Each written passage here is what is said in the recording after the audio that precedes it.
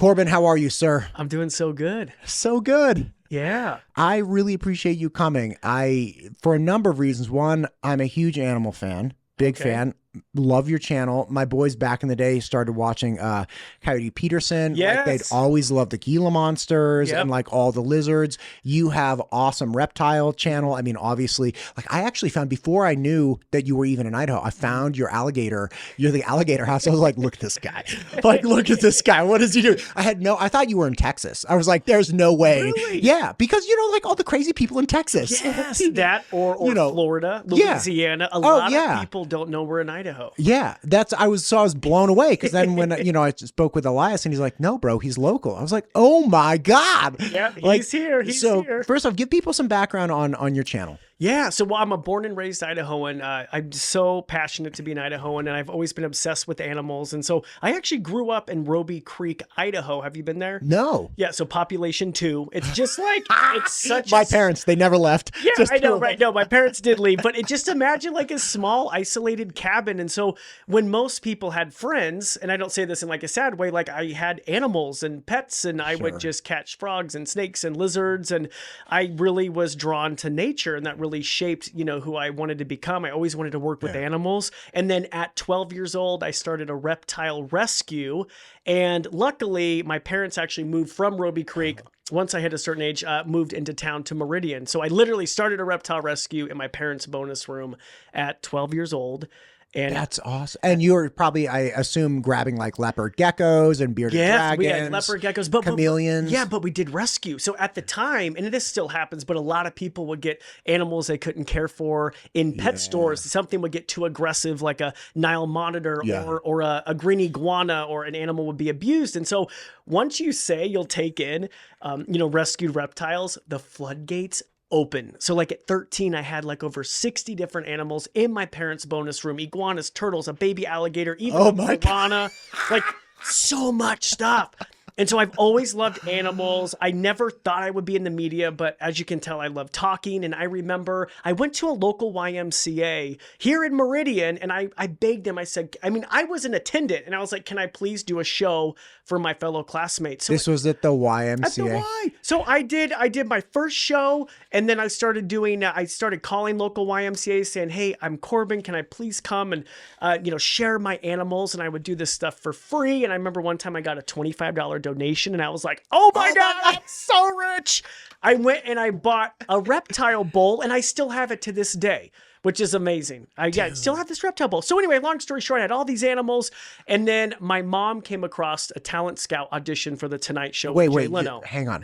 Yes. What time frame is this? So you start the rescue So at I 12. started it at 12, a little, so in about 2003, it was like full-on reptile rescue. Floodgates were open. I had all these different animals. And mind you, like, my parents were great. As long as I got good grades, as long as I kept the animals clean, like, I was allowed to have this space upstairs. And I had such a great life. I still have a good life, but like, I just loved it. And if you see me when I was at that age, I was just as tall as I was round. So like, I have like a safari hat, these giant shirts that now look like safari blankets, but I just was full on, like I would go and do these shows, and I was thrilled.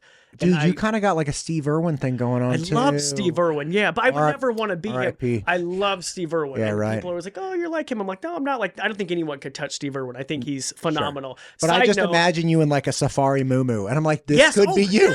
I just asked my wife last night. I said, what's a muumuu? Because I'm like, I've never worn a muumuu. And she's like, this is so weird. You just said, last night I was like, what's a muumuu? And she said, honey, it's a very large, unattractive nightgown. I was like, okay, good. Because I've never worn one. Anyway, but yes, a safari muumuu. Didn't you see Best in Show? No, wait. Oh, dude, hilarious. Yeah. David Levy, David Levy, or Schitt's Creek. Okay. Yeah, I love Schitt's Creek. So that actor, the dad, Schitt's Creek, yeah. that actor did Best in Show, and I believe Waiting for Guffman too. But Best in Show, there was this couple, this gay couple that had it's like a fictitious documentary, like The Office. Like it's supposed to be a documentary, but they're all acting, right? So there was this couple that had a like mini something or other. I don't know. It was like a funny poodle or something. I can't remember exactly. And they were going to this like national dog show, and this guy's packing his bags, and he's like, what do you think? Like one more muumuu? And his partner's like, we're there for 48 hours. He's like, So like 27 or 28. Like I don't. And then the famous thing from The Simpsons when Homer Simpson tries to gain a lot of weight so he doesn't have to go to the nuclear Isn't he plant. already fat though? Yeah, but that's the point. Like he gets even fatter, and so his hands are too big to like hit the keypads, and then he's wearing a muumuu, right? God, Like so that's funny. where I learned what a muumuu was. That's Like, so funny. Yeah. Oh my gosh. Anyway, let's keep going. So I was wearing a safari muumuu apparently. So 2003, Yes. full animal rescue. loved You it. start doing stuff at like the YMCA. Yes. You're just all into it. And then when did your mom find the Jay Leno talent search? Yeah, so I was 14 and my mom, and we always loved The Tonight Show. This was back in the day when you would stay up and watch late night TV. Right. Like as a family, we would watch this. And I remember she came across a talent scout audition and they were looking for weird teenagers with unusual like, talents. This is too convenient. Yes. Hey, Corbin? Yeah, well, here's the deal. She didn't tell me. Oh, no. She didn't tell me, but she wrote afterwards. I saw her pitch, and it was the best pitch in the world. And since then, I've sent many pitches, and this is the best. The best pitch is something that's short, gets to the point, and grabs your attention. And she said, she pretended to be me. Hi, I'm Corbin Maxey. I'm 14 years old, and I have 60 different rescued exotic animals. Call me the next Steve Irwin, or call me. And then a week later, they called me. And I remember I was after school, probably heating up a Hot Pocket. And I remember I got a call from an unavailable number, and it was The Tonight Show. And I was like, wait, is this a prank? Like I could not believe it. And then fast forward a few months later, I got on The Tonight Show. I'm 14 years old. I'm with my rescued animals, and I feel on top of the world. I had never done television before, ever.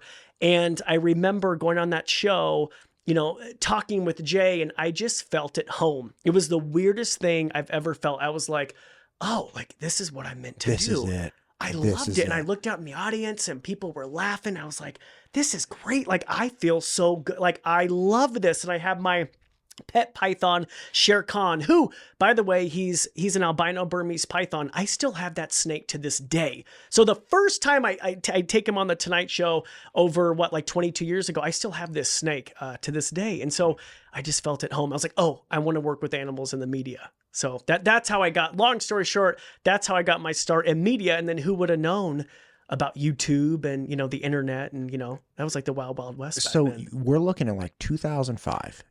2004. Sorry, I'm like, no, you're good.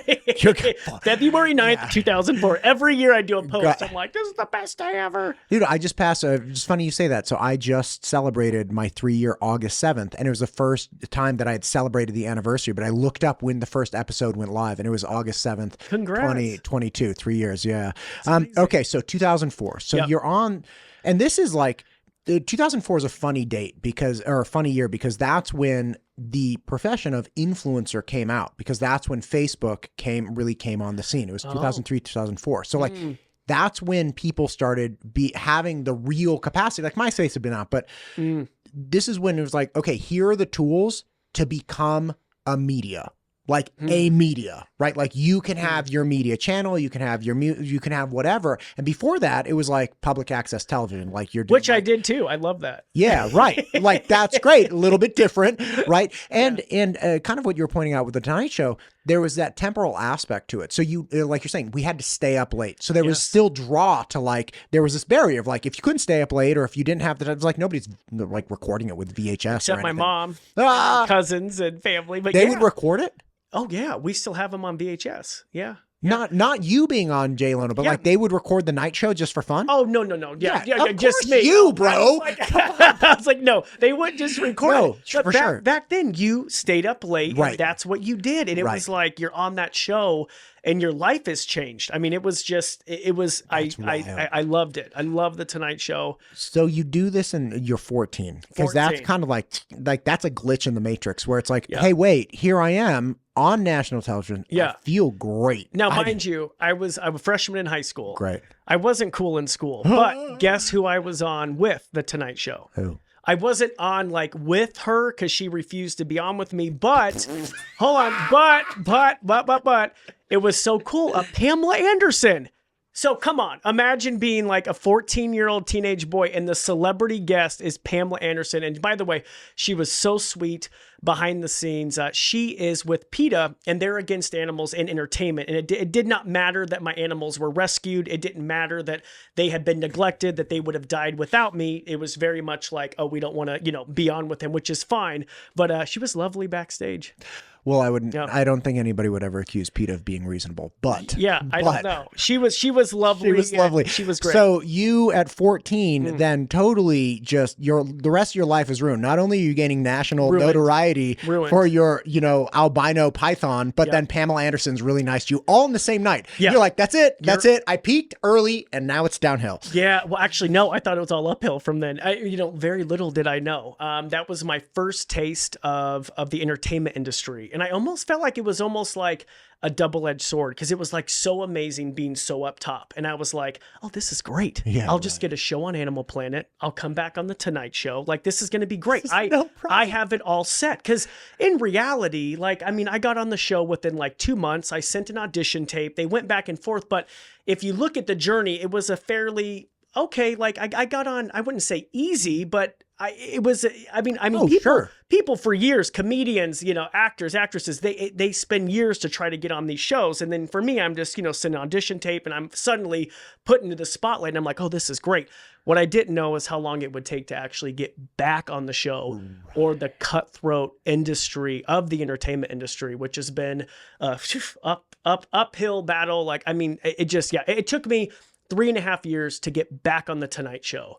3.5 years of actively pitching, actively trying to stay, keeping that relationship with the producer. But yeah, I never gave up. That was one thing though. So, God. Okay. So talk to me about that. So from 14 to 17 and a half, you're essentially senior in high school. That's when you get back on? Yeah. Well, I was on top of the world, but they would call, this is how I would get, I remember, and that Tonight Show was a banger. And the reason why I say that is the producers oh, this is great. We're going to have you back on. So I remember they'd call back a few months later. And it's like, hey, we're going to have you on. What about with John Travolta? So you would get this, you would get so close and then you got bumped, and then you would get so close and you would get bumped. And then you finally get that whole rejection of the entertainment industry. So it was, when you're 15, you don't understand, and you're like, oh, it's not the producer's fault. It's a hard show to get on. He told me once, and by the way, his name's Steve. We still keep in contact today, which is so cool. And I love, anyway, I love chatting with him, but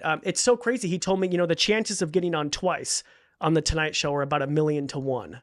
So I was like, oh my gosh. So the odds were pretty stacked up against me. What are the odds of getting on in the first place, though? I know. Because the first time to second time is 1,000,000 to 1. Yeah. But the first time, you're going to have to multiply 1 over 1,000,000 times whatever that first number is. I think it's got to be another 1 in 1,000,000. I guess, but I think it's harder in my position because I wasn't a celebrity. I wasn't, I was a human interest. So I think that's that's where it was. But it taught me so much. And I look back, I was 17 years old. I just graduated high school. I was on I'm getting chills, with my alligator, Sonny, who I think I'm wearing his hat right now, Sonny. He was rescued from a teenager's bedroom in Boise, Idaho, under 4 feet. So I'm literally on The Tonight Show with my alligator. I'm holding him. I have Sam Jackson next to me. I have Jay Leno. And mind you, Sonny is now 10 feet and 500 pounds. But I remember being on that show, feeling on top of the world, man. Because you know how you are in high school, after you graduate, you're I'm on top of the world. And then getting on The Tonight Show was amazing. I got excited when I got into college. This is I remember the day I got the green light. I was like, I'm going to Cal. This is lit. Oh, really? I remember that I was working at Applebee's and I was like, I find out I'm on my way in. That's and I had this boss. I thought he was cool at the time. Looking back on it, I'm like, he was not a good person. Really? But he was very, he was he was 25. His name was Scott and he had a drinking problem. But I thought he was really cool. And he was and it doesn't matter. But the point is, Scott was like, dude, you're having a day. I was like, yeah, man, I am. He's like, and there was this really attractive group of girls. I was, 18. And there were these girls that were also seniors. And he's like, and they were looking at me. He was like, you need to go up to them and be like, let me tell you the day I'm having, ladies. I did not do that because I didn't have the guts. Yeah. But I remember Scott being like, you're going to remember today. I was like, yes. But you were on national television. So I was excited at Applebee's. You, Jay Leno. I was on Jay Leno. And I remember I was on top of the world. And Sam Jackson backstage is like, so where are you going to college? I'm I'm like, man, I don't want to talk about school right now. You're like, look at my alligator. I'm like, wait, can we just relish in this? I don't want to talk about going to school. I remember he's like, go to college, son. That's a terrible Sam Jackson impression. But yeah, those appearances. Was he like, the alligators out there this big? It's great. He was great. And like my iguana put a nail in his shirt. That appearance, both of those early appearances. He put a nail?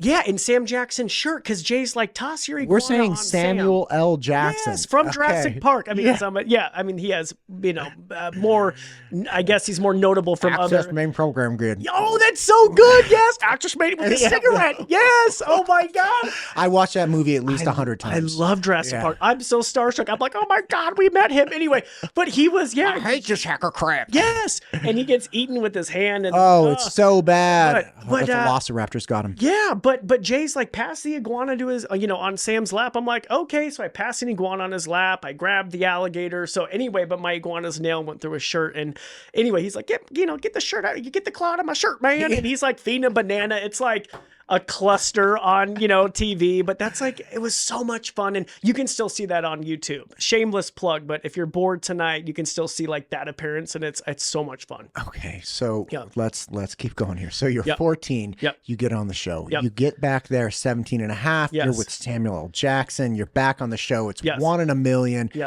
And this whole time, obviously you're pitching, you're working, you're active, right? Yes.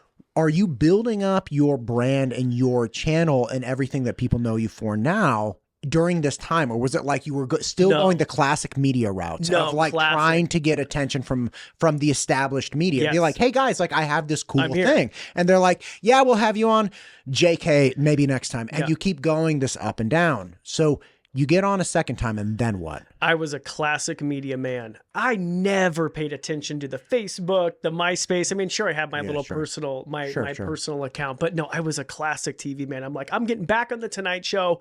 I did go to 2007, 2008. So we didn't know yet. Like, the world didn't know. Like, the iPhone was just coming out. We didn't know. And I definitely did not have one. So I was like the classic TV route. But I got back on the Tonight Show my freshman year of college at Boise State. So go Broncos. So a third time. Third time, yes. And holy cow. And it was hard for me to go to college, I think, in the beginning, because it's like, I have all these animals and I'm doing what I want to do on TV. But I'm so grateful for my parents, because they said, Corbin, that's great. We love you. I'm so happy you have this dream. But if you don't go to college, you're moving out. And with me, I can't really like move out with 30 different animals, and including an alligator and giant tortoises. So I'm so grateful my parents were like, listen, get your education. And I'm so happy I did. Like, going to school was one of the best decisions I ever made. Got a degree in biology.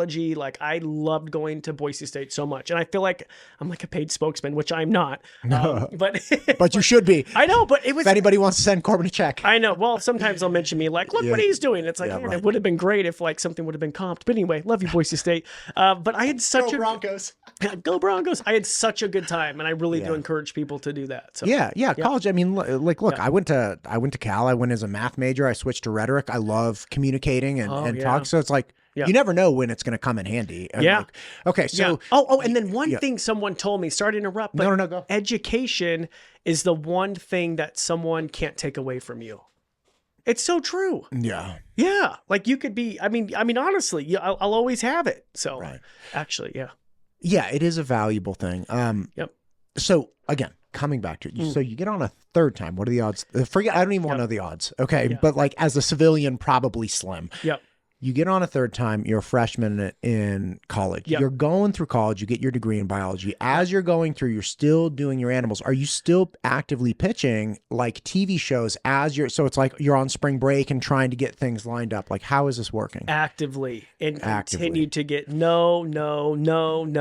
I mean, just actively. And it's really weird. Like, after that Tonight Show. And this is before ChatGPT, to be clear. So like, you were writing out these things and like sending them constantly. Like, no. It just a mountain of no's. I'm going to steal that from my friend Cowdy Peterson. Like, it's a mountain of no's. Like, I just received, but I never gave up. And so in that time in college, I thought, well, I'm not getting on these national shows, but what I can do is host a public access show. So I hosted a public access show through Boise State Friday night. It was called Live with the Reptile Guy. It was so much fun. Like, I got a studio, and I got like to bring in live animals, and I had the college kids like, and they were students, I guess my age, filming the show, and it would air at like, 1 or 2 in the morning some nights, and I get texts from my friends like, "Hey man, we just saw your show." Like 2 in the morning? Yes, I would write in my own fan mail. It was so much fun. You write in your own fan mail? God, yeah, it was so much fun. Like, oh my God,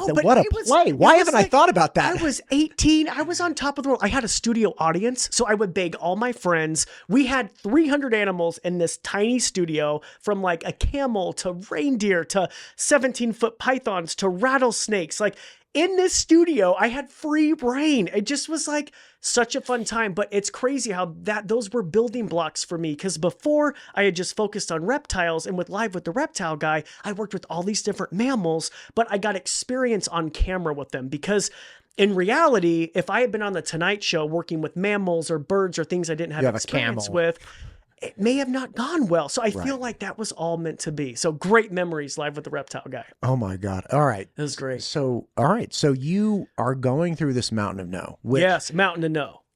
And that for somebody who, unless you've done it, you don't, first off, you don't understand how horrifying it is as they come. And you also don't understand how after a while you're like, I don't even care. I'm going to keep going. Like, there's this kind of resilience and a lessening of the emotional effect that happens after you're like, I don't even, and you have to push through this. Yeah. Like there was a period of time actually I was in between like 6-7 months after starting this and like a year and a half when I was like, man, what am I even doing? And again, you don't, that's like a no, right? For me, because you get instantaneous feedback now, obviously with people either viewing or not viewing, for me, it was like, dude, I'm getting no's all day long. It's like, well, just keep going. And now it's like, now it doesn't matter at all, but you have to, again, from a creative standpoint, you have to go through that, like, oh, I'm swimming through the river of no, like, here we go. So, but you realize, okay, look, I'm getting no's this way, but this is what I want to do anyway. So I don't even care if I'm not getting the national attention. It's like coming out of you. You're like, I'm going to keep this show going, whether or not it's national, even if it's at 2 a.m. So you do your public access show. How long do you do that for? I love that, for 3.5 years. And then in between, I was thinking like, oh, it'd be great to get on the Today Show, because the Today Show is the pinnacle of morning TV. And I was like, this is great. I was just on the Tonight Show. I'm sure the Today Show will have me. Well, no. Oh, so it took me 3.5 years to get on the Today Show. And I believe it was because someone was bumped, and then like they had a last minute opening, and I never said no. So that was one thing, by the way. You never say no. Like, they were like, can you come next week? Yes. How are we going to get there? I have no idea, but we are going to do it. And at 21 years old, I land on the Today Show with Kathy Lee and Hoda. And that was my start of doing the Today Show. And that was a pivotal part, I think, of my mid to late 20s. We were on the show 36 times, but who's counting? Oh my God. But that was, once again, it was like, I just never gave up. And the Today Show, I have so many fond memories of working with so many amazing animals, from sloths to foxes to deer to condors to crocodiles to cheetahs. Like, I brought cheetahs on the Today Show. Like, what? That's a real predator, bro. Yeah, that's a thing. I mean, yeah, and actually the cheetahs were a thing. They were sweethearts, but like the cheetahs, like they had so many restrictions. Just bringing in like a large cat, which you can imagine, is like they needed their own dressing room. Like they were like they were divas, but they were great. Penguins, penguins are like my go-to for the Today Show. They're like a chicken, but a penguin, and they just like. You know what I mean? Waddle around, and people lose their mind. So during college, I was on the Today Show after Live with a Reptile Guy, and just got my education and continued to try to get interest from a production company, from a network. And so, but it still was like a mountain of no's, but once again, never gave up. So mountain of no's. So you're 21, you first get on. Yes. And then over the next, let's say 5-6 years, you're on like once a month, essentially, or once every 2 months. It became like once a month. Yeah. We used to drive from here to New York City.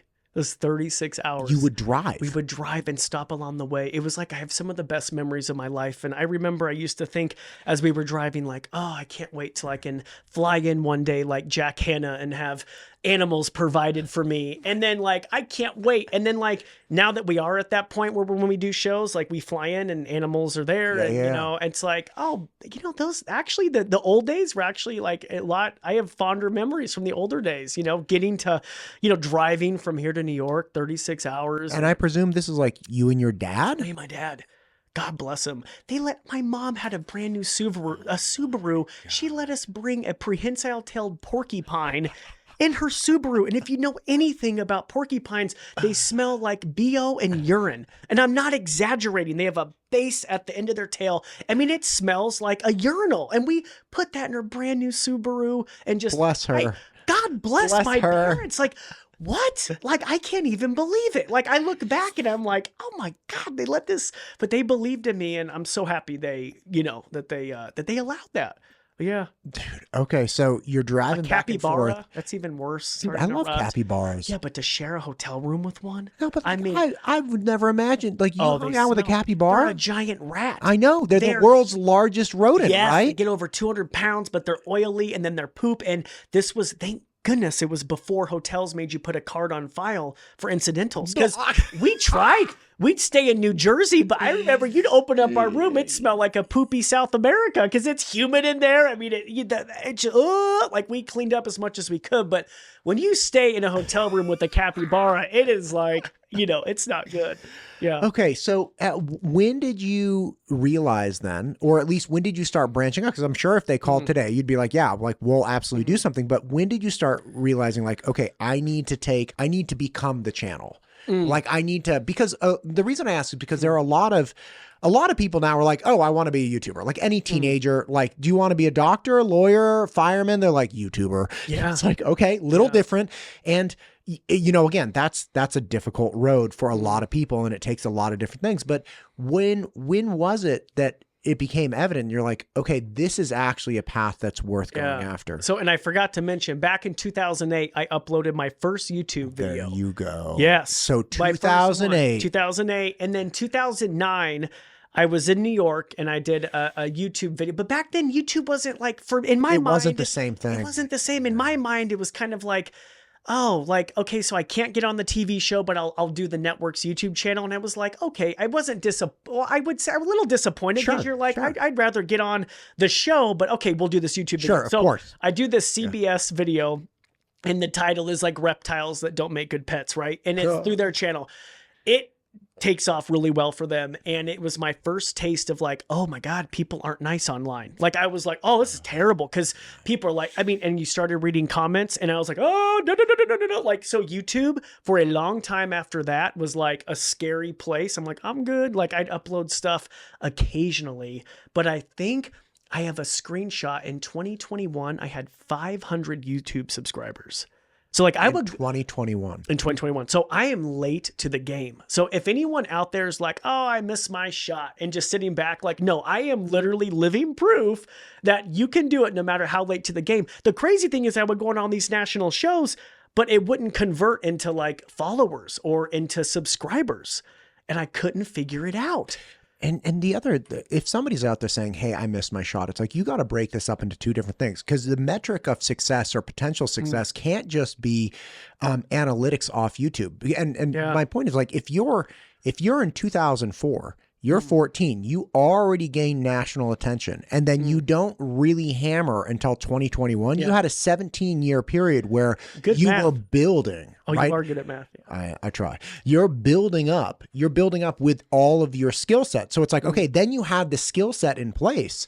So then you start the YouTube. But people are like I see a lot of people sometimes, they reach out, local people that are like trying to start things like, you know, they're concerned like you're conflating these two things because you're trying to get really good at this analytics on YouTube, but you haven't built up your skill set over here first. So like focus on building the thing that you're going to showcase and then focus on building the platform around that. You had been building for almost 2 decades. So then once you hit go, you're like, of course it's going to work because you already know this. And mind you, I don't publicly talk about this a lot, but I feel like I should because it might be relatable. In the meantime, I graduate college. I think I'm going to get a show.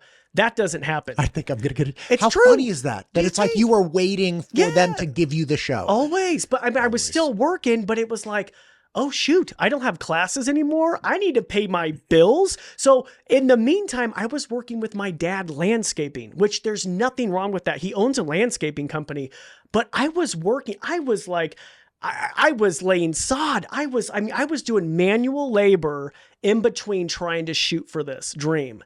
And there were so many points where it was like, oh my God, you'd be working out in 100 degrees. You'd be doing a sprinkler system. You'd be with a pick. It was the most insane feeling to be like on the Today Show. And then 48 hours later, back to laying sod. being in someone's yard and someone being like, I have you on my DVR with Tyra Banks. I swear to God, it was the weirdest. I would get a taste of what I wanted in my life, and then I'd be shot back down so far into reality. It was the craziest thing. But I can't believe your head it would have fried my brain. Yeah, and I did fry my brain. Oh, that sounds terrible. I didn't do drugs. No, I mean, I fried like out there. It was like 100 degrees and you're working in the summer. Yeah. I look back at that point though, and that taught me humility. It taught me work ethic. Like I literally now know the value of $1. Like I literally know what it's like. And every time I see a landscaper now or anyone, I'm like, oh my God, I feel for you. Like I understand. And some people do great, and people are great at that. But I remember I just wanted to do something different. And that was so difficult, but I never gave up.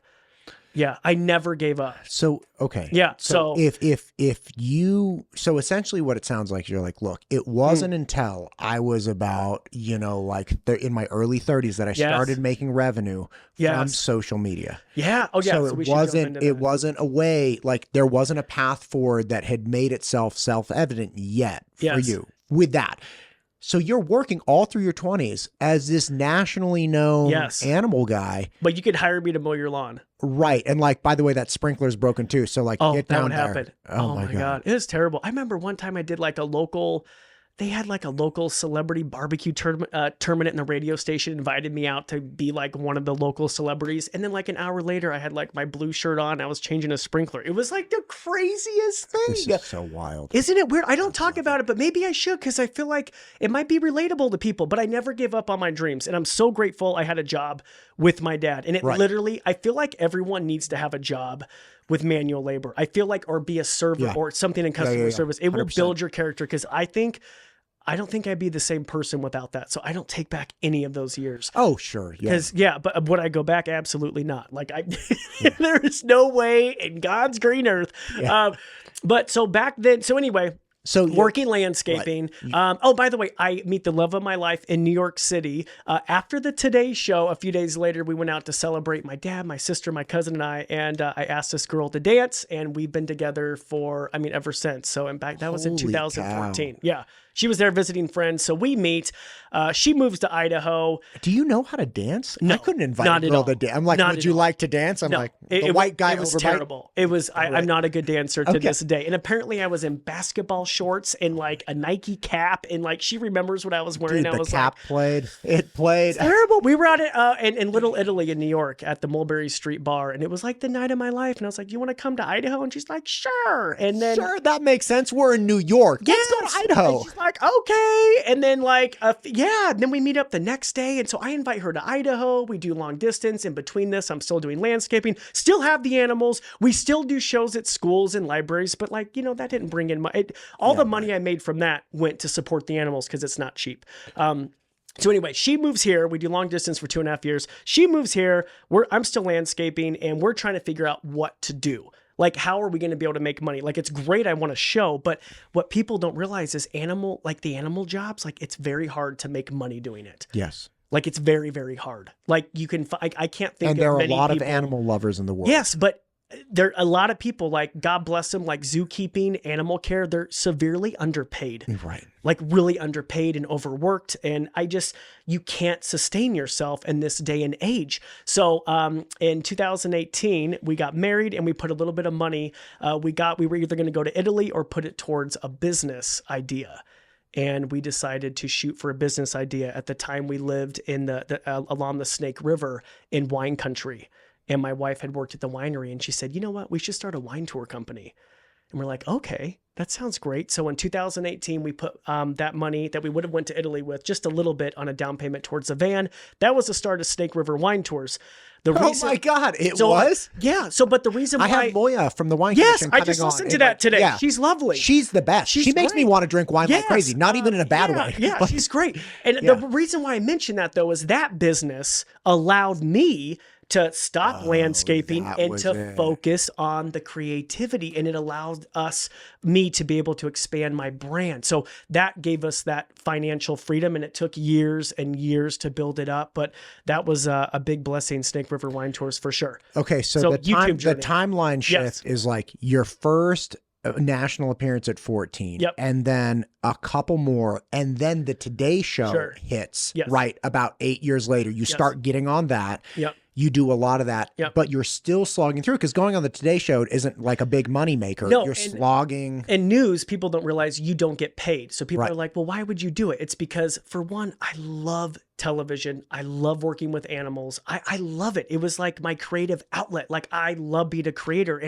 And also to get to be able to have that notoriety, to get the attention of whoever, production company, a network, I just love it. So that's why I did it, and I wouldn't take it back. Hey, I wouldn't have met my wife without the Today Show. No, of course, of course. It's like, it's in this path is so interesting, because you get these wins. So, isn't it funny how it's like up? It's not like a normal path. But that's the point of that's the story of the creator. Like, I've never met anybody who just had a straightforward path that had any modicum. Like, first off, I don't meet many people with success and that aren't like very attractive, like realtors or something. Anyway, so you start doing these appearances. You're still working as a landscaper. Then in your late 20s, at 28, you're like, okay, let's start a wine tour. Snake River Wine Tour. Your wife has this idea. There's obviously the industry around. So you guys kind of tap into the existing infrastructure of wine and wineries, celebrating that. You're like, okay, let's do this. So then you have to build up that business. But in building that up, then you get the flexibility. You're like, okay, game time, because now I'm not breaking my back laying sod and fixing sprinklers. Now I'm taking people from stop to stop. All I have, you seem like a lovely person. Obviously, you're probably driving. You're like, hey, ladies, like, here we go. Great guy, too. And like, every now and then, if someone calls sick, I'll have to work. And it's so, anyway, my wife's like, you never work anymore. And like, I make the joke, I got fired. But no, we had to build that business up. I'm so grateful for that. And at the time, there were no existing luxury wine tour companies. So we really were saw that niche. And hit. And now we've been voted #1 wine tour in the US by USA Today 3-4 years in a row. Like, it's been amazing. But that business, I give it credit, because it gave us the ability to, like, I could go after my dreams and I could be a creator. But what's interesting, it's so funny how this all circles back. We were at a local restaurant, the Orchard House on Sunny Slope. They have great cookies. And I remember I was picking up great cookies. I was picking up lunch. They got an oatmeal raisin. They do. But I like the grasshopper. Oh, so good. They only make it during March, and it's like, God bless it. I was talking to Chris, one of the owners, and I was picking up food for our wine tour guests, and she said, and of course they knew I did the reptile shows and I did TV, and she was like, you should really meet my son-in-law. He does YouTube. And I remember I was like, oh, in my mind, like, that's cute. Okay, can I get the cookies? And, we have guests. And she's like, you really should go, you really should meet him. And I was like, oh, and she's like, he makes a lot of money. And I was like, he just took his family to Hawaii for a month. And I was like, off the YouTube. Yes, off YouTube. And I was like, what? There's like someone, I'm getting chills. There's someone here in Idaho that does that. And so I messaged her son-in-law, which was Elias. Where is he at? Right here. Elias. Oh yeah. So, Bruce. Yeah. So I messaged Elias. He got back to me right away. Didn't even make me wait, and was like, hey, and he's like, let me, I don't know, show you a little bit about YouTube, and let's meet some other YouTubers. And so this is in 2021. 2021. So you've been doing the wine for 3 years. You're picking up food, and they're like, meet Elias. Yes. Insert Elias. Yes. Who had at that time, I think, been at it for like 3 or 4 years. He was slogging away too. He was, but he introduced me to other YouTubers, and it was my first time when I met local creators who actually made a living doing YouTube. I was blown away. I thought these people lived in California, or I thought they lived far away. Right. And they didn't have any fancy agents or publicists. Like, these were people making a great living doing YouTube. And I was like, oh my gosh. So I connected with fellow YouTubers, and I continued to slug away. It wasn't like I just uploaded videos, and all of a sudden, like it all happened. No, it did not happen. So many videos, it took me so long to get to like 4,000 watch hours, this and that. But by 2021. Oh, you remember those thresholds? Yeah. Yeah, the monetization of 4,000 watch hours. I have a screenshot of 500 subs in 2021. 500. I have a screenshot of it. Like my channel was dying. I would upload, no one would watch. I would upload, no one would watch.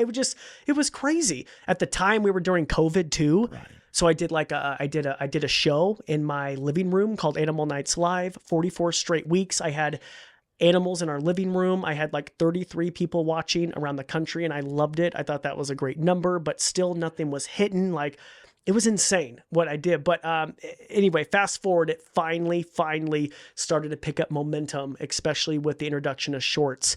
And by, I think, the end of 2021, I want to say August of 2021, I had over 100,000 subscribers. I got 100,000, I think, in like a week, maybe a week and a half. It was insane. It was like one video. Okay. So you at the beginning of 21, you have like 500 subscribers, and you're doing a lot of long format stuff. Yes. And the production is hard. You're doing all these things, and then you change the formatting to be the hyper viral shorts. But I didn't even know like it would work. Which is insane. No. I'm not saying you do. Like, because by the way, so you changed to the shorts, and then all of a sudden it was like, well, and I feel like I kind of jumped ahead of myself. That was also the time of TikTok. And my wife is like, you should really get on TikTok. I was like, okay. And I remember I would try TikTok, and it still really wasn't working. And I don't know why I always put Instagram on this high pedestal. I tried on Instagram stories. I remember for years I wanted that 10K so you could like do swipe up, you know what I mean? But then to find out no one ever even like clicks a link anyway. But anyway, I was just trying to figure out this content. What's going to work? What's going to work? And on TikTok, I tried and I wasn't getting any traction. And I thought, normally I would do an Instagram story for 100 people and say, this is how I clean an alligator pool. I thought, you know what? I'm just going to do it on a TikTok, whatever. But instead of a story, I'll just do it on TikTok. And I uploaded how I clean an alligator pool, quick cuts, this and that. Super boring to me. This is what I've done for 20 years. Who wants to watch me clean a pool? Open up my phone the next day, almost 1 million views later. And I'm like, what? Like, people want to see me do this? Like the behind the scenes stuff? Like what? So that's when I was like, oh, the short form, the light bulb. I'm like, oh, people do want to see this. The stuff that I think is average or everyday might be interesting to someone who doesn't take care of alligators. Right. So anyway, that's how I got my start really on the short form. And then I started, posting to YouTube, and it's been a short form since. from a content technical standpoint is interesting, because the way I've been explaining to people, it's like, okay, YouTube is very much a permission-centered media format, meaning like the big push, especially with the long format, is what's your thumbnail and what's your title, right? Because those two things are going to drive people to give permission to watch the video, right? Short form is an infinite scroll. There is no permission. So it's only gauged on the quality of the actual content, right? So, because you make your decision on whether you're going to watch it once you're watching it. You have to be watching for that like second or 2 seconds, and then you either swipe away or you keep watching. And that's where content reigns supreme, because you can get into this battle over thumbnails and have trash content. And the people that aren't spending all this time on like catchy thumbnails and like, can you believe the alligator pit or whatever, right? Like, because you have to come up with these sensationalized headlines, and then people are curious. But the short form doesn't require that. It's, hey, can you make something that works? And here's the best part about it. I had nothing to lose, because at the time there were long form creators on YouTube who were scared to touch shorts because they're like, oh, I don't want it to mess with the algorithm. Right. For me, I'm like, I have 500 subs. I'm not monetized. I'm going to put this out there. And I did. And I'll never forget like that first paycheck I got from YouTube. I got a notification. They did the Shorts Creator Fund. And I remember I was like, like I was freaking out the first time you make money doing content. I was so excited. I even called Elias. I was like, oh my gosh, like you're never going to believe it. Like I was like, I got, my first check from YouTube, and it was like, it wasn't expected. And I think I was doing it for so many years, not making money, that I was appreciative of anything. Because here's the thing, you, and again, just taking a look at this, your story is, okay, I've been effectively doing this work, but you've also ran into the permission-based system of television. You have to be selected, right? It's like they're going to cast you. There's somebody there who's like, nah, man, like, I don't like this, blah, blah. But they're making the decision for what the audience gets to watch. When you democratize it, I think that's a word, when you put it in the hands of those watching it and they select what they want, then they're like, oh my God, this guy's great. So once you switch out of the paradigm of like, I have to get somebody's permission to, no. Yeah. Let's just see if they like it. Like, Yeah. I don't care what you think. That's like the story here, Yeah. which is so wild. And I got to be who I wanted to be. I got to be myself. I've been in so many network meetings and agent meetings saying you need to be like Steve Irwin, grow a beard, do this. You need to act a certain way. I even was at the time where people were telling me to get a stylist to be a certain way because then I'll have a show. And it's like, I don't want to be Steve Irwin. I don't want to be Jeff Corbin. I want to be Corbin Maxey. I want to be myself. Like, let me be myself. And I think that's the beauty of YouTube. It's the best job in the world. I get to be myself. And if people like it, great. If not, they can swipe away. And I found like my community. And I think that's, I'm so grateful for my journey. I now have friends who have had network shows and have had a terrible experience with that and just all the stuff that comes with it. And like, they're texting me, asking me YouTube advice. I'm like, what? It's crazy. Like I used to want that. And now it's like, yeah, it's, I'm so grateful for my journey. This is just, man, it's so beautiful. I obviously didn't know the story, but yeah, it's a long one. I apologize. It was like going up and down. I'm like, wait, I forgot to tell you about the wine tour. I don't want it to be over. I want to apologize to listeners because they're like, he's all over the place. But there were so many things that happened that just, made it all piece together, so. Yeah, listen, again, just off air, I was telling you about something that happened today. And it's like, if you walk through that chain of like how that happened, this like, and again, like I said, even I was going to call Elias, but then I was like, I got here and I didn't have time, but you have moments as a creator that only other creators will understand. And it is one of those things because it's so lonely. Right. And it's so, and you're doing what you love. You're doing what you believe in. Yeah. Right. Like 100% understand that. You're doing things that you think will have value for people, whether or not they agree with you. But there's always that push of, do you stay who you are or do you become what the people want you to be? And that's a question that, and that's a decision everybody has to make. I was at a media career fair about three months ago at BSU, and there were other media outlets there. And there's one media outlet, big one, in Idaho, and I think she's the director of the station. She was talking about, she's like, we really try to bring news that our audience wants to hear. Like, and we listen to our audience and all these things, and it sounds totally fine. Like we provide the news that people want to hear. Like, okay, great. And I'm a one-man show like you are, it's like, so it circled back to me like 10 minutes later or something. And I was like, honestly, I can't ever do that.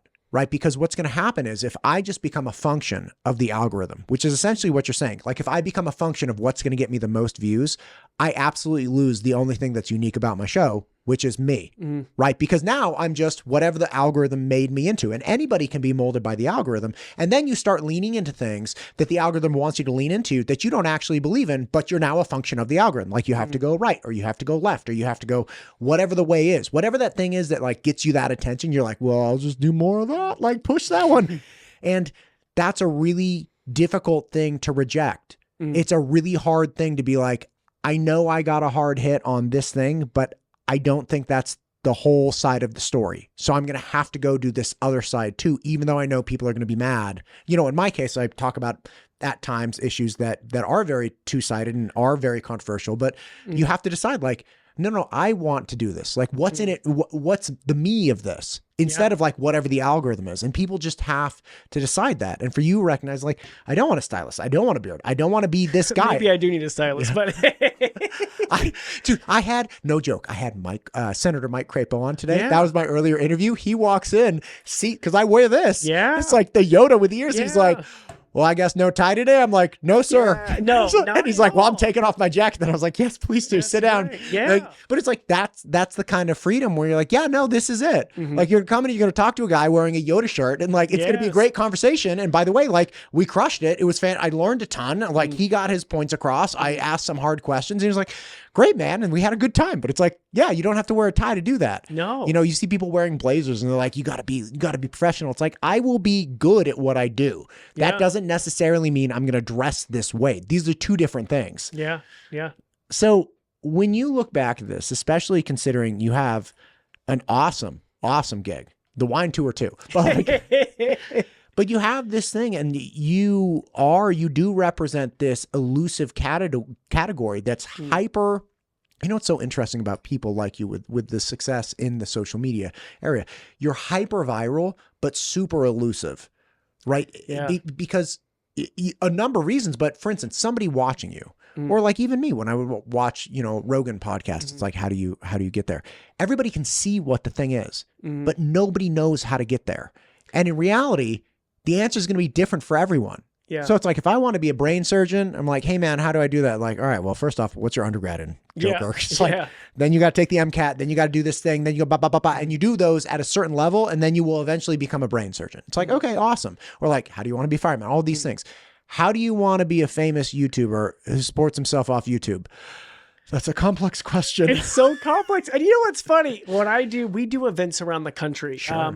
I headlined Nature Fest, which the reason why I said I headlined is, I'm not trying to brag, but like all my heroes have headlined this festival. It's like, it's in Texas. So like Jack Hanna's headlined it, Jeff Corwin, the last year was Coyote Peterson. And to meet like the fans and it's so surreal to even be like, I just am saying like it's so surreal that is like my job now. Cause for so long it wasn't.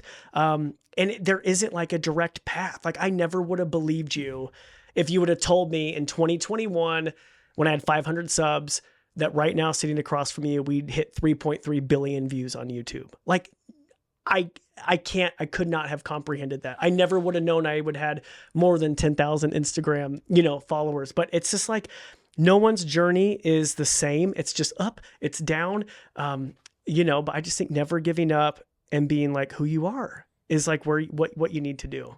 When that last thing, being who you are, that's something that I have heard from people is it's very scary once you get to the point of like explosion, right? Like you blow up and then all of a sudden it's like, oh, but like I'm important or I'm this or whatever the siren's call is. And I think it's different for different people.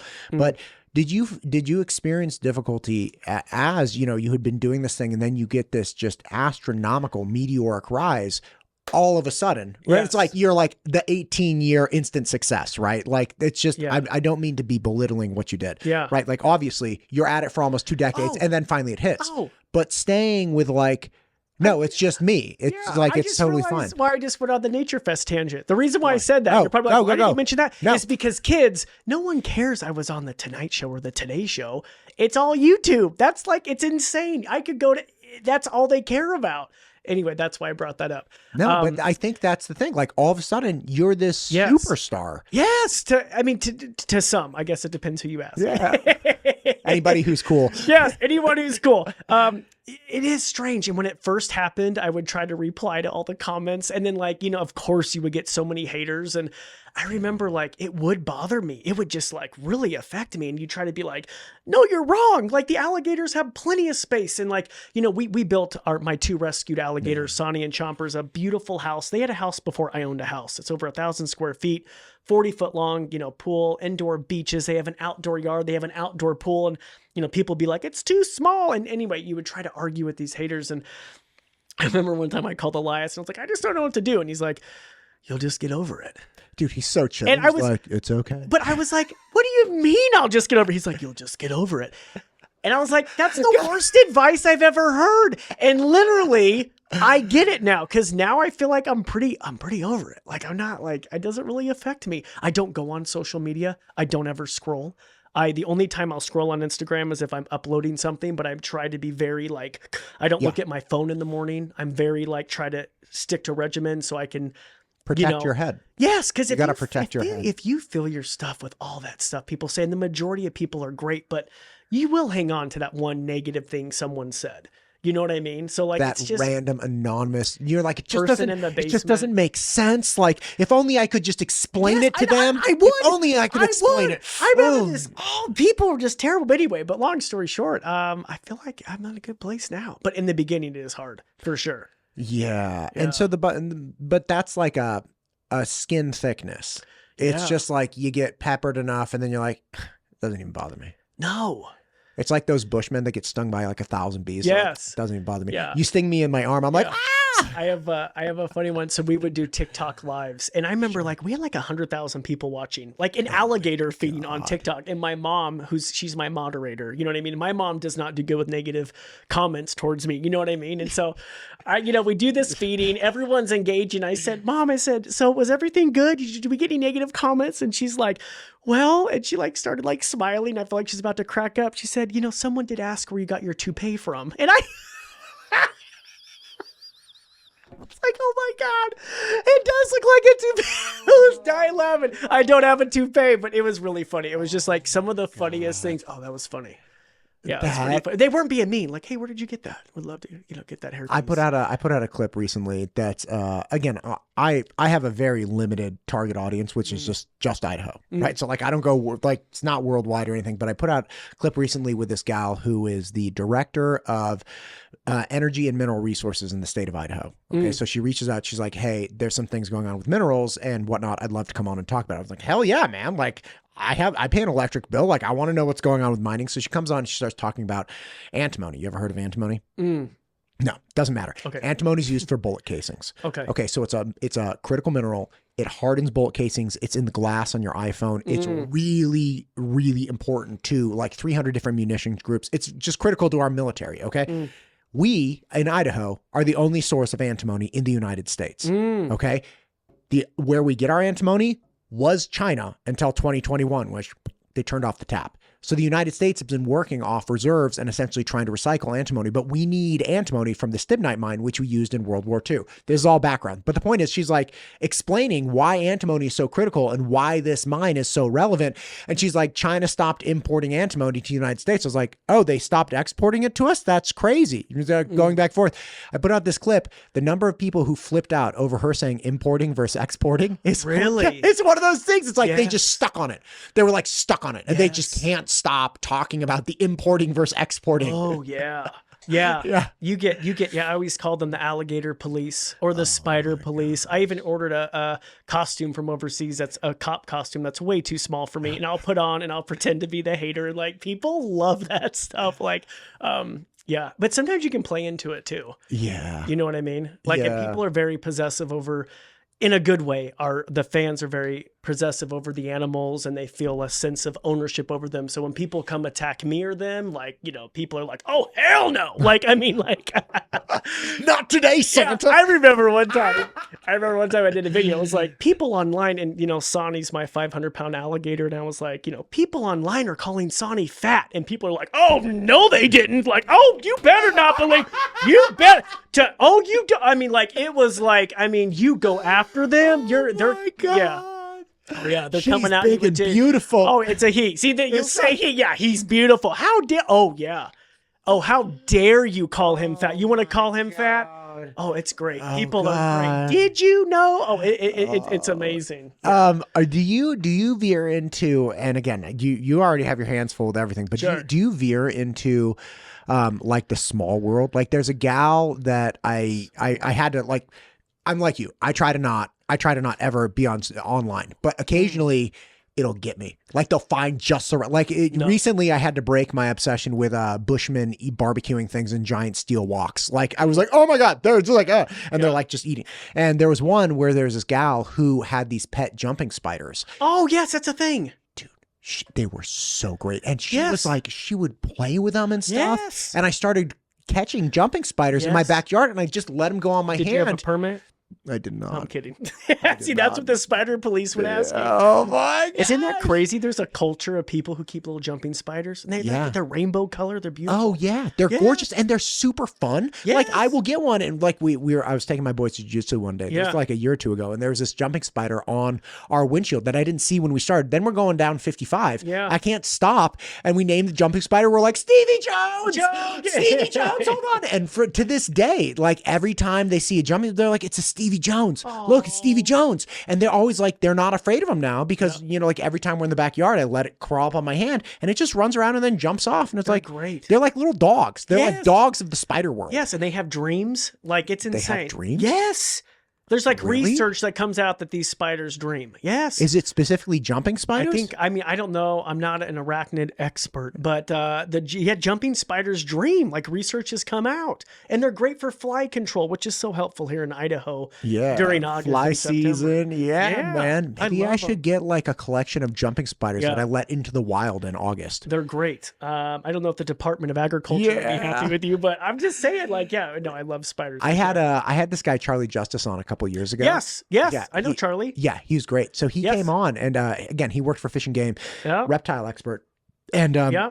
he was telling me about the sting operation that they did with the Snake King of Idaho. Did you hear? Did you hear about this? The Snake King. I think so. Yeah. So there was this guy. So it starts with him busting somebody who was trying to sell crows online. So they would go out. She would go out and catch a crow, and then go in the classifieds. Yeah, in the classifieds, and she was like, "Hey, crow for sale." And Fish and Game would show up, and they're like, "Lady, first off, you can't keep a crow for a pet. Second, you can't sell it, right?" I legit can't believe your story started out, but it started with crows. Right. Like, what? Like literally. So this lady had a crow, and he was like, And then all of a sudden they uncover this, black market animal collection and then brokering. So turns out a couple years later, he's standing in an apartment getting like this like something diamond rattlesnake, whatever. Diamondback rattlesnake. Yeah. Yeah. And he has this suit, and he puts on like a mullet or something. He puts on a wig. I can't remember exactly, but he has a suitcase, or excuse me, a pillowcase, and they're lowering the snake into the pillowcase. And he's like, dude, if this thing bites my thumbs, this is going to be really bad. And so it's like proof of concept. So he goes out, takes this thing away, and he convinced them he was like this broker. He just wanted to buy one. Now, mind you, they had just gone out into the wild and grabbed these snakes, and they were shipping them to like Arizona and Florida and stuff. And then they get distributed to pet stores. Right. And he's like, you can't do this. Like, first off, these are wild animals. Second, you can't mix the wild with the captive. Yes. We can't let these back out into the wild. And he's like, plus, we have the plague. Like, we have the plague south of Boise in ground squirrels and stuff. Like, we need these snakes out there killing the plague. Yes. And so they set up this multi-agency sting where I think they hit something like 3 different apartments all at the exact same time. And they pulled out 100 venomous, like deadly snakes from this guy's just apartment on the 2nd floor at one point. I just love how King. it started out with a crow. With Charlie wearing a mullet to go get these crows. I'm pretty sure he told me he had a mullet. What a wild guy. Oh yeah. Yeah. So that's when I found out you can't grab like gopher snakes from the wild. No, and don't do that. Yes. Don't do that. Grab them. I take them out of the road so we don't hit them, but leave them alone. Sure. And then the other problem that you run into is if somebody brings a captive snake in and then they realize they're like, all right, I can't deal with this snake, and they let it back out, then it goes and introduces like different viruses or bacteria or something to the native population. And a lot of them can't survive our winters, and none of it's good. Yeah, none of it's good. That's how they lost the Everglades too. Yeah. Like, let's be clear. With the Burmese pythons, and people were releasing iguanas in trees here, alligators in the Boise River in the 90s. It was crazy. Yeah. Did any of them take, or did they just freeze? No, I think they caught one of them. I want to say it went to the zoo or something like that. Yeah. I actually met a gal. Where was she? She was at one of my shows. She's like, you remember those alligators in the Boise River? And I was like, oh, like maybe back in the 90s. She's like, yeah, that was my ex-husband. And I was like, oh, did he ever get caught? Yes, his name is Chad Beep. And I was like, oh, and I was like, I don't want to get him in trouble. She's like, do it. Like, and so anyway, it was so funny. But I was like, oh my God, yeah, I remember that. Yeah. Dude, you must meet. So there was this great Jeff Foxworthy. He had this. Great. He didn't die, did he? No. Oh, you're making it sound like he died. There was this great comedian. No, Wait, what? No. Foxworth. Yeah. So we got the blue collar comedy tapes when we were in college. So I was in college from 2000 to 2004. Yes. So, and my buddy Max like fell in love with Jeff Foxworthy. So we listened to like, You Might Be a Redneck. Yeah. And then they did the blue collar comedy tour, right? Where it was him and the 3 other guys, right? The Ron plumber. White, Larry exactly. Yeah. So you have all these guys, and after the show, they would sit down and like talk about things. And he said somebody had come up to him once. He's like, have you ever? And he was like, I try to be a person. And you're like, just, okay, man, what do you got? Because he was about to tell him like some redneck. He's like, if you've ever gotten your nipple bit off by a badger. And he's like, you have my attention. Yes. Oh no. And this person is like his cousin or something driving down the street. They see this, what they think is roadkill. They're like, let's get that skin. And they pick up the badger, and the badger wakes up. He'd been hit or bit or something. And it wakes up and bites the guy's chest and rips his nipple off. I haven't heard that. Yeah, so you must get analogous, like, hey, listen to my animal story. And my ex-husband. So my ex-husband. His name's Chad. Beep. So many. She's like, I don't care. Turn him Get in. him in trouble. He's a no good. He's hanging out with that Karen chick down in the trailer park. We used to do each other's nails. That's terrible. God. I don't know if she lived in a trailer park, but it's all right. But her husband releasing the alligator, he had to let it go. I got it for him for Christmas, but then he had to let it go because it didn't fit in our single wide. It's terrible. Listen, I'm telling you right now, somebody who has an alligator and lets go in Boise River, they weren't living in high society. No, well, and you have to know it is illegal to have them. So, yeah, right. Don't do it. You'll get in trouble. And then it's double legal to let them go. Yeah. Oh, yeah. God, it's terrible. Yeah. So you get any more like weird animal stories like that from people? All the time. Tell me, man. All the time. I'm here for all of this. So many. I mean, just There's but so people are really great. I mean, honestly, the majority of people are really, really great. I mean, they're really, really great. I mean, honestly, the people that come up, I'm just like, yeah. I mean, so many over the years. Yeah. Yeah. Yeah. I love it. Yeah. Corbin, listen, man. I was ill prepared for the journey you took me on tonight. I know. Ill prepared. Me too. That makes two of us. I love it. And more than anything, it's just people need to understand, like, I would never discourage, like my sons were like, hey, I would want to be a podcaster when I grow up. I'm like, hey, that's awesome. But quick, put a pin in that real fast because you like, I like the education. It's like, you gotta have a backup plan, even if you don't think whatever it is. But people need to understand, it's like, yeah, look, this is a thing. It's going to be extremely hard to figure out how it works or why it works or if it ever will work. Here, overwhelming success. It took this guy decades to get things rolling. So let's be clear. This is not a path that's going to be easy, and it's not a path that may even work for you. That doesn't mean you shouldn't enjoy the adventure. Yeah. But like, understand what this is. And it's not for everyone. And by no means am I sitting here being like, I made it. You know what I mean? Like, you played that Kevin Rudolph I think song. you could do I made it. No, I still have goals, and it's not like, oh, I'm, living in $1 million mansions and, this and that. Like, I'm just saying, though, it's an uphill journey. It's up and down, and the YouTube life might not be for some people.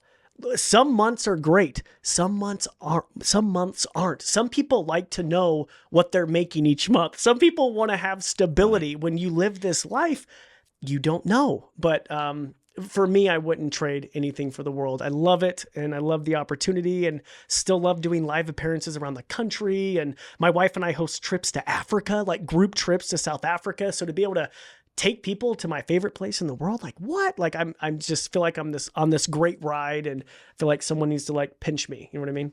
God bless it, sir. Yeah. Listen, man, it's late. You got a family. It's actually, no, I need to go feed the alligators. That's why I'm in my God. alligator attire. Yeah. God bless you. I can't thank you enough for coming out and sharing your story. Like, this is just, again, I had a day, and then meeting you and hearing your thing. It's like, man, it is. It's all like, what? I will tell you this. As crazy as my journey has been and your journey has been, I am so appreciative these days for the adventure that it offers. And it's like, you know what it is? Success is not guaranteed. No. It's like, it's this great, it's like you're doing it, and that's great, and you got a shot, and you're improving, and you have goals, but it's like, it's not guaranteed. And so you have to fight continually every day. You fight for every view, every single, even when you have millions, you fight for every single viewer, every single sub, you're still, I'm sure, geeking out on like technical aspects of the clip or like editing little things and like or things that work that you're like, how did this work? Why did this work? Right. Why? Right. We have this video of Chompers, my female alligator, sliding into the pool, hitting Sonny. And right before I drove over to this interview, I looked to upload or something. Anyway, millions of views, going viral on Facebook and Instagram. I'm like, why? Like, it's so exciting, but I'm like, what? Like, it's crazy. You never know what's going to work. And so that's the fun of it. But it's such a fun journey. Yeah. Ups and downs for sure. Ups and downs. I think it's, and also for people listening really quick, please don't look at someone who maybe has millions of followers or billions of views and be like, oh, they made it. Lucky them. It must have just fallen in their lap. Must be nice. See, that's Chad tried to do it, Yes, but he's what's just a deadbeat loser with that Yes. hussy Karen. yeah, it's like Chad. must be great, you know. It's Must like, be nice. Of course it worked for you. yeah, I was at a family's house, and someone's like, "So when did you make your first million?" It's like, what are you anyway? Like, so what are it's you like, talking what are you about? talking about? So anyway, what I'm saying is, You're like, I have an alligator pit, lady. everyone- Like, what do you? it's a house, but no, everyone has a story. Like you don't see the behind the scenes stuff. So just You really always keep don't. that in mind. It's a journey that for everyone, it doesn't just happen for people. It doesn't just fall in your lap. So Right.